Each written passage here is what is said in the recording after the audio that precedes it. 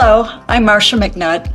Let me tell you a little bit about myself. I'm a native of Minnesota, and I think what was maybe unique about my growing up was that my grandfather always said that if you educate women, you educate a family.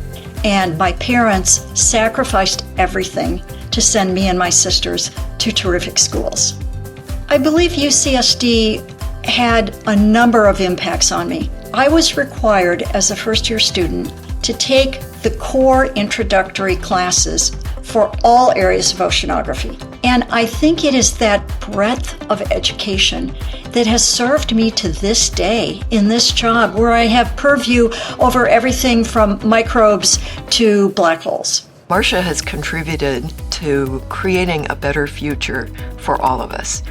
Not just all of us as scientists, but all of us as humans. Frequently, I go back to my service at the US Geological Survey.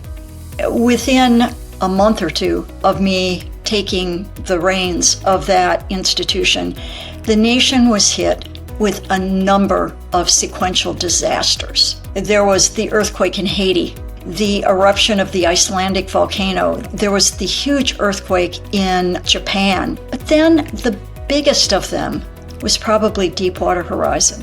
And I worked with my USGS colleagues, with my friends from Scripps, with my friends from Woods Hole, to bring all the tools and talent we could to address that oil spill. And in the end, we got the job done.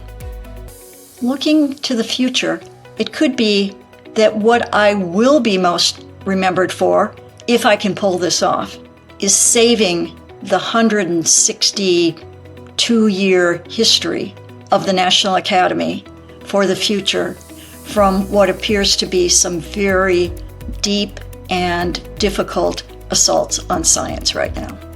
I think the most important thing we can do as scientists, as individuals, is to step out of our research silos or our academic ghettos. We have to interact a lot more with the non-scientific community around us. Marcia, you've won so many awards. You've been recognized as such a leader and such a trailblazer. We're so proud of you. Congratulations.